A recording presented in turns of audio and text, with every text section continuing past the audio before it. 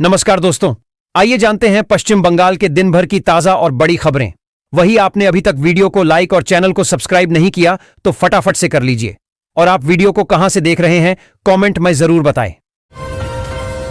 दार्जिलिंग के स्कूलों में नहीं गूंजेगा बंगाल का राज्य गीत, गोरखालैंड प्रशासन सरकारी आदेश को ठुकराया। दार्जिलिंग पहाड़ ने बंगाल सरकार के उस आदेश को सिरे से खारिज कर दिया है जिसमें सभी स्कूलों में सुबह की प्रार्थना सभा में राज्य गीत बांग्लार माटी बांग्लार जल गाना अनिवार्य किया गया था। गोरखालैंड क्षेत्रीय प्रशासन जीटीए के प्रमुख कार्यकारी अनित थापा ने शुक्रवार को साफ कर दिया कि यह नियम जीटीए क्षेत्र के किसी भी स्कूल पर लागू नहीं होगा। उन्होंने कहा कि जीटीए एक स्वायत्त प्रशासनिक व्यवस्था है। दार्जिलिंग पहाड़ की अपनी अलग सांस्कृतिक पहचान, परंपरा और भाषाई विविधता है। इसे हमेशा सम्मान मिलना चाहिए। यहां के लोगों की भावनाएं इससे जुड़ी हैं, इसलिए हमारे स्कूलों में वही पुरानी परंपरा जारी रहेगी।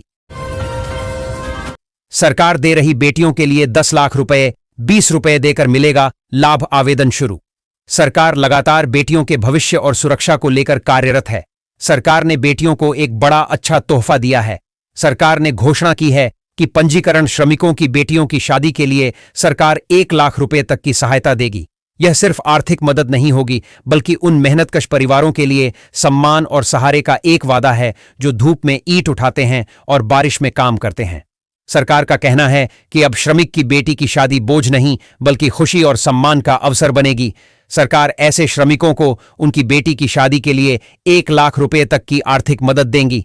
इसके लिए श्रमिकों को केवल 20 रुपए में रजिस्ट्रेशन करना होगा और साल में RS-20 का अंशदान देना होगा। राशन कार्ड धारकों को अब फ्री राशन और LPG गैस सिलेंडर के साथ RS-8000 मिल सकता है बैंक खाते में। सरकार का कहना है कि हर नागरिक को पेट भर भोजन मिले, यह उसकी प्राथमिक जिम्मेदारी है। इसी सोच के साथ पहले मुफ्त राशन योजना चलाई गई और अब इसमें सुधार और विस्तार लाने पर जोर दिया जा रहा है। खासकर आर्थिक रूप से कमजोर तबकों को खाद्य सुरक्षा के साथ ऊर्जा और आर्थिक सहयोग भी दिया जा सकता है। LPG गैस सिलेंडर की कीमतों में लगातार उतार चढ़ाव देखने को मिलता है। ऐसे में गरीब परिवारों के लिए रसोई चलाना मुश्किल हो जाता है। इसलिए सरकार चाहती है कि हर घर में कम से कम एक गैस सिलेंडर सब्सिडी या फ्री के तौर पर उपलब्ध हो, ताकि लोगों को लकड़ी जैसी पारंपरिक और असुरक्षित ऊर्जा साधनों पर निर्भर न रहना पड़े। सभी बुजुर्ग मजदूरों को सरकार दे रहा है 3000 रुपए प्रति माह पेंशन। योजना मजदूरों के जीवन में नई उम्मीद लेकर आ रही है। देश में लाखों मजदूर रोज मेहनत करके अपने परिवार का पेट पालते हैं, परंतु जब वही मजदूर बुढ़ापे में पहुंचते हैं तो उनके सामने सबसे बड़ी समस्या आती है पैसे की कमी। सरकार ने इसी कष्ट को समझते हुए लेबर कार्ड पेंशन योजना शुरू की है, ताकि मजदूरों को बुढ़ापे में भी आर्थिक सुरक्षा मिल सके। यह योजना असंगठित क्षेत्र के मजदूरों के लिए बहुत बड़ी सौगात। राजपाट, उत्तर पूर्व से बंगाल तक बीजेपी की पकड़ ढीली, भीतरघात और बगावत ने बढ़ाई सियासी मुश्किलें। उत्तर पूर्व में गठबंधन टूटे, बंगाल में ममता की वापसी, बिहार में रेल राजनीति और आरा से RK सिंह की बगावत। भाजपा को कई मोर्चों पर झटके लग रहे हैं। ओडिशा में नवीन पटनायक ने भी वोट चोरी का आरोप लगाकर सियासी तूफान तेज कर दिया है। देश की राजनीति में भाजपा के लिए मुश्किलें बढ़ती दिख रही हैं। उत्तर पूर्व से लेकर ओडिशा और बंगाल तक उसके सहयोगी और नेता दूर होते जा रहे हैं। क्षेत्रीय दल अपनी अस्मिता के नाम पर नई राह बना रहे हैं। वहीं ममता की घर वापसी रणनीति और RK सिंह की बगावत ने पार्टी के भीतर हलचल तेज कर दी है। सभी महिलाओं को हर महीने मिलेंगे 7000 रुपए।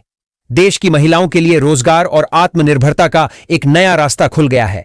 भारतीय जीवन बीमा निगम ने बीमा सखी योजना 2025 को शुरुआत की है। इस योजना के तहत महिलाओं को बीमा एजेंट के रूप में काम करने का अवसर दिया जा रहा है, जिससे वे हर महीने 7000 रुपए तक की आय कमा सकती हैं। यह योजना खासतौर पर ग्रामीण और अर्ध शहरी इलाकों की महिलाओं को आत्मनिर्भर बनाने के लिए शुरू की गई है। अगर आप कम पढ़ी लिखी हैं लेकिन मेहनती हैं और कुछ नया करना चाहती हैं तो यह योजना आपके लिए सुनहरा अवसर साबित हो सकती है। बंगाल में जल्द शुरू होगा 100 दिन रोजगार योजना पर काम।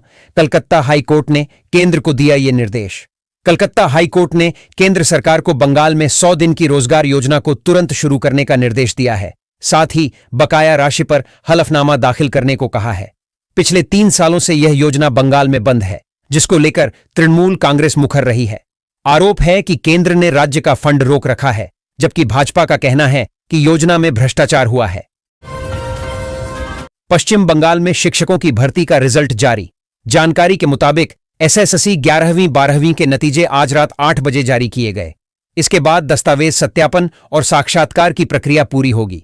इसके बाद 9वीं 10वीं के दस्तावेज सत्यापन के बाद साक्षात्कार होगा। परिणाम और सूची आज एसएससी की वेबसाइट पर प्रकाशित की जाएगी।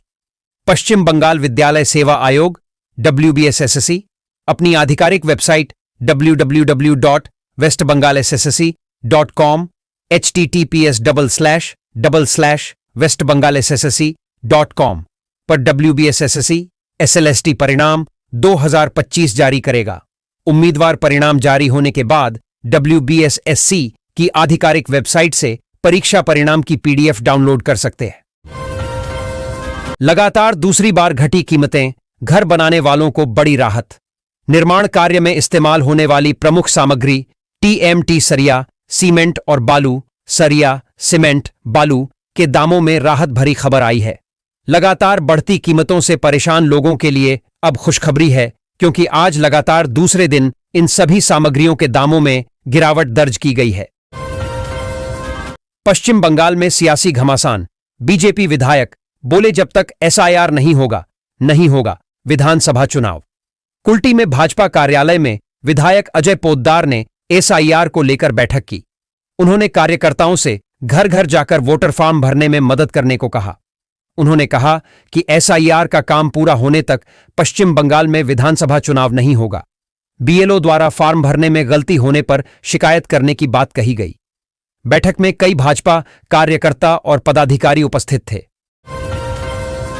पूर्वी आर्मी कमांडर ने धुबरी में नए सैन्य स्टेशन की रखी आधारशिला। सेना का बुनियादी ढांचा होगा मजबूत। कोलकाता में पूर्वी कमान मुख्यालय द्वारा एक बयान में इसकी जानकारी दी गई। इसमें बताया गया कि महान अहोम कमांडर लचित बोरफुकन के नाम पर यह नया सैन्य स्टेशन साहस, नेतृत्व और लचीलेपन की अदम्य भावना का प्रतीक है, जो एक पुनरुत्थानशील असम की विरासत को परिभाषित करता है। इस सैन्य स्टेशन की स्थापना इस क्षेत्र में भारतीय सेना की परिचालन क्षमताओं और बुनियादी ढांचे को और मजबूत करने की दिशा में एक महत्वपूर्ण कदम है। इस दौरे में सेना कमांडर ने गजराज कोर के अग्रिम क्षेत्रों का भी दौरा कर आंतरिक सुरक्षा स्थिति तथा परिचालन तत्परता की समीक्षा की। केंद्र सरकार बंगाल के हालात नहीं बदलना चाहती। जस्टिस गंगोपाध्याय ने हिंदी पट्टी के नेताओं को लेकर कही ये बात। बंगाल के तमलुक से भाजपा सांसद और कलकत्ता हाई कोर्ट के पूर्व न्यायाधीश जस्टिस अभिजीत गंगोपाध्याय ने भाजपा और केंद्र सरकार के खिलाफ अपना गुस्सा जाहिर किया है। एक बांग्ला चैनल के साथ साक्षात्कार में उन्होंने कहा कि केंद्र सरकार बंगाल के हालात नहीं बदलना चाहती। दावा किया कि राजनीति में आने और भाजपा के साथ जुड़ने का उनका एकमात्र इरादा ममता बनर्जी को सत्ता से हटाना था। वह उस लक्ष्य के करीब भी नहीं पहुंच पाए। इसकी जिम्मेदारी केंद्र की है। ममता बनर्जी के गणना फॉर्म न भरने के दावे में है कितना दम, क्या कहता है नियम। अगर मुख्यमंत्री ममता बनर्जी मतदाता सूची के विशेष गहन पुनरीक्षण SIR के लिए गणना फॉर्म नहीं भरती हैं, तो इसमें कोई समस्या नहीं है। चुनाव आयोग के नियमों के अनुसार मुख्यमंत्री एक चिह्नित मतदाता होते हैं। नतीजतन उनका नाम पहले से ही मतदाता सूची में दर्ज है। मुख्यमंत्री ही नहीं, देश के प्रधानमंत्री और प्रभावशाली नेता मंत्री इस सूची में हैं। उनके बारे में अलग से जानकारी रखी जाती है। आयोग के एक अधिकारी ने बताया कि प्रधानमंत्री और मुख्यमंत्रियों के नाम आयोग की मतदाता सूची में स्वतः दर्ज हो जाते हैं। इसके लिए अलग से गणना फॉर्म भरने की जरूरत नहीं है। बांग्लादेश सीमा पर BSF को मिली सफलता। नदिया जिले में भारत बांग्लादेश अंतर्राष्ट्रीय सीमा पर सीमा सुरक्षा बल BSF की 194वीं बटालियन के जवानों ने एक संयुक्त अभियान में सोने की तस्करी की कोशिश को नाकाम कर दिया। गुप्त सूचना के आधार पर की गई इस कार्रवाई में BSF ने बंकिम नगर रेलवे स्टेशन से एक संदिग्ध तस्कर को 251.7 ग्राम वजन के 2 सोने के टुकड़ों के साथ रंगे हाथ पकड़ा है। जब्त किए गए सोने की अनुमानित कीमत 30,32,985 रुपये आंकी गई है। BSF सूत्रों के अनुसार 6 नवंबर को सोने की तस्करी से जुड़ी एक विश्वसनीय सूचना प्राप्त हुई थी। राष्ट्रीय चेतना की धड़कन है वंदे मातरम। शुभेंदु। राष्ट्रगीत वंदे मातरम के 150 वर्ष पूरे होने के उपलक्ष्य में शुक्रवार को प्रदेश भाजपा की ओर से पूरे राज्य भर में विभिन्न कार्यक्रमों का आयोजन किया गया। शुक्रवार को सॉल्टलेक स्थित पार्टी के प्रदेश मुख्यालय में आयोजित कार्यक्रम में केंद्रीय मंत्री भूपेंद्र यादव, बंगाल के लिए पार्टी के केंद्रीय सह प्रभारी अमित मालवीय, प्रदेश भाजपा अध्यक्ष शमिक भट्टाचार्य, पूर्व केंद्रीय मंत्री निशिथ प्रमाणिक, डायन सुभाष सरकार, विधायक अग्निमित्रा पॉल, विधायक शंकर घोष, प्रदेश सचिव उमेश राय सहित अन्य गणमान्य उपस्थित रहे। 1 दिसंबर से शुरू होगा सेवाश्रय का दूसरा चरण। तृणमूल कांग्रेस के राष्ट्रीय महासचिव और सांसद अभिषेक बनर्जी ने शुक्रवार को अपने जन्मदिन के अवसर पर घोषणा की कि लोकप्रिय निःशुल्क चिकित्सा शिविर अभियान सेवाश्रय का दूसरा चरण 1 दिसंबर 2025 से शुरू होगा। उन्होंने कहा कि इस चरण में डायमंड हार्बर लोकसभा क्षेत्र के अंतर्गत 22 जनवरी 2026 तक लगातार निःशुल्क चिकित्सा शिविर लगाए जाएंगे। अभिषेक ने सोशल मीडिया प्लेटफॉर्म एक्स, पूर्व में ट्विटर पर जानकारी साझा करते हुए लिखा कि उनका यह लोकप्रिय कार्यक्रम गरीब और जरूरतमंद लोगों के लिए स्वास्थ्य सेवा का एक सशक्त माध्यम बन चुका है। अब कोलकाता में नहीं होगा जल जमाव। कोलकाता नगर निगम का सीवरेज ऑफ ड्रेनेज विभाग जल निकासी व्यवस्था को और अधिक बेहतर करने पर जोर दे रहा है। व्यवस्था को और अधिक बेहतर बनाने के लिए कई योजनाएं बनाई गई हैं। इन योजनाओं के क्रियान्वयन के लिए कोलकाता के मेयर फिरहाद हकीम ने हरी झंडी भी दिखा दी है। ऐसे में निगम अब अपने इस ब्लूप्रिंट के तहत कार्य को शुरू करेगा। यह जानकारी शुक्रवार को कोलकाता नगर निगम के सीवरेज ऑफ ड्रेनेज विभाग के मेयर परिषद के सदस्य तारक सिंह ने दी। वर्ल्ड चैंपियन आर्चा घोष बनी डीएसपी, सीएम ममता बनर्जी ने सौंपा नियुक्ति पत्र, बंग भूषण सम्मान भी मिला। भारतीय महिला क्रिकेट टीम की स्टार विकेटकीपर बल्लेबाज आर्चा घोष को पश्चिम बंगाल पुलिस में डीएसपी बनाया गया है। राज्य की मुख्यमंत्री ममता बनर्जी ने उन्हें यह नियुक्ति पत्र क्रिकेट एसोसिएशन ऑफ बंगाल के सम्मान समारोह में खुद अपने हाथों से सौंपा। आर्चा ने भारतीय महिला टीम की हालिया वर्ल्ड कप जीत में अहम भूमिका निभाई थी। पश्चिम बंगाल सरकार ने आर्चा घोष को बंग भूषण सम्मान से नवाजा। राज्य सरकार की ओर से आर्चा को सोने की चेन भी भेंट की गई। वहीं सीएबी की ओर से आर्चा को गोल्डन बैट और गोल्डन बॉल दिया गया। बंगाल में एसआईआर पर बवाल, तनाव से जान गंवाने वाले पीड़ित परिवारों की मदद करेगी टीएमसी। तृणमूल कांग्रेस ने पश्चिम बंगाल में जारी विशेष गहन पुनरीक्षण प्रक्रिया से जुड़ी चिंता और तनाव की वजह से कथित तौर पर जान गंवाने वाले लोगों के परिवारों के लिए मदद का हाथ आगे बढ़ाया है। इस संबंध में टीएमसी के राष्ट्रीय महासचिव अभिषेक बनर्जी के निर्देश पर विशेष टीमें गठित की गई हैं, जो प्रभावित परिवारों से व्यक्तिगत रूप से मिल रही हैं। ये नेता न केवल भावनात्मक सहारा दे रहे हैं, बल्कि नियमित संपर्क बनाए रखते हुए हर संभव व्यावहारिक और प्रशासनिक मदद भी पहुंचा रहे हैं। 57 लाख का है मामला। ममता बनर्जी के सांसद के अकाउंट तक कैसे पहुंचे ठग? आ रही ये बात सामने। तृणमूल कांग्रेस के सांसद कल्याण बनर्जी के स्टेट बैंक ऑफ इंडिया के खाते से 57 लाख रुपए की धोखाधड़ी का मामला सामने आया है। यह खुलासा खुद सांसद ने किया है।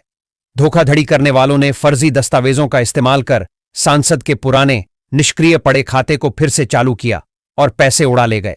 इस मामले में कोलकाता पुलिस की साइबर क्राइम विंग जांच कर रही है। हालांकि अभी तक किसी की गिरफ्तारी नहीं हुई है।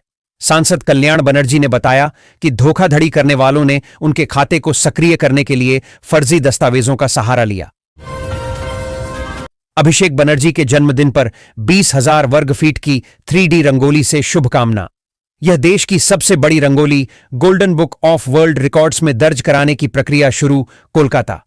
तृणमूल कांग्रेस के राष्ट्रीय महासचिव और डायमंड हार्बर के सांसद अभिषेक बनर्जी के जन्मदिन पर तृणमूल युवा कांग्रेस ने अनोखे अंदाज में शुभकामनाएं दी।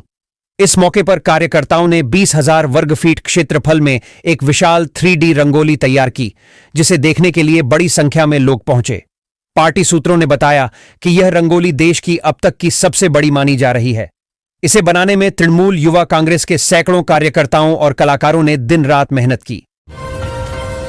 देश भर के युवाओं के लिए एक और बड़ा मौका आया है, क्योंकि ग्रामीण शिक्षक भर्ती 2025, ग्रामीण टीचर रिक्रूटमेंट 2025 का नोटिफिकेशन जारी कर दिया गया है। इस भर्ती के तहत ग्रामीण क्षेत्रों में 1,50,000 से अधिक पदों पर नियुक्तियां की जाएंगी। सबसे खास बात यह है कि इन पदों के लिए कोई लिखित परीक्षा नहीं होगी। चयन पूरी तरह मेरिट के आधार पर किया जाएगा। आवेदन प्रक्रिया 10 नवंबर 2025 से शुरू होकर 15 दिसंबर 2025 तक चलेगी। सोना हुआ सस्ता, 24K की कीमत में गिरावट, जाने अब कितनी हुई कीमत। भारत में सोना सिर्फ एक धातु नहीं है, बल्कि भावनाओं की निशानी है। शादी, त्योहार या निवेश के सवाल पर सोने का नाम आते ही हर भारतीय का मन चमक उठता है। लेकिन इस वक्त देश भर में सोना और चांदी के भाव में जबरदस्त गिरावट देखने को मिल रही है। बीते 3 हफ्तों में सोने के दामों में बड़ी गिरावट दर्ज की गई है। 17 अक्टूबर को सोना 1,30,874 रुपये प्रति 10 ग्राम पर था, लेकिन अब यह घटकर 1,20,100 रुपये पर आ गया है। वहीं चांदी ने 14 अक्टूबर को 1,78,110 रुपये प्रति किलो का रिकॉर्ड छुआ था और अब यह 1,48,000 रुपये के आसपास है।